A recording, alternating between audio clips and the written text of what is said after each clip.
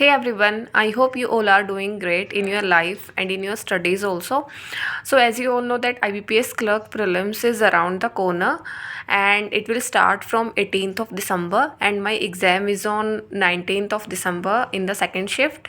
So now I am attempting one prelims mock test of IBPS clerk on daily basis, okay? And today I attempted this mock number 20 from practice mock, and this is the score which I got.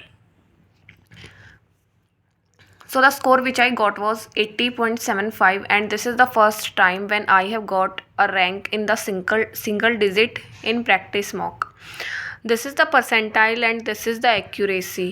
So इस mock में reasoning में 35 questions करने बहुत easy थे, but क्या हुआ कि इसमें एक पज़ल दी गई थी और उस पज़ल में 12 सीट थी, लेकिन आदमी उसमें 7 बैठे थे।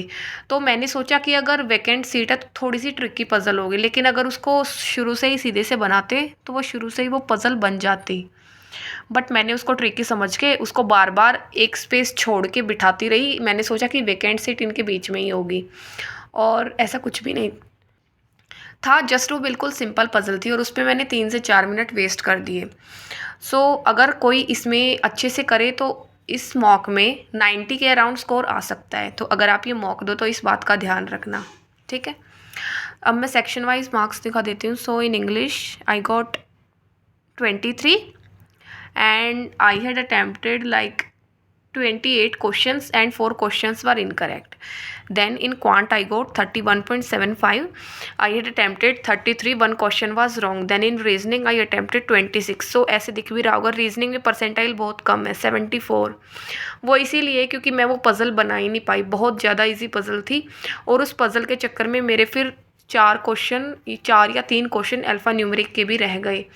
तो 35 क्वेश्चंस इसमें इजीली डुएबल थे। बिल्कुल एक ही स्पीड से बनाती रहती तो 35 क्वेश्चन टाइम से पहले कंप्लीट हो जाते, बट वो नहीं हुए पज़ल में स्टक होने की वजह से। So that is all. Thank you and have a nice day.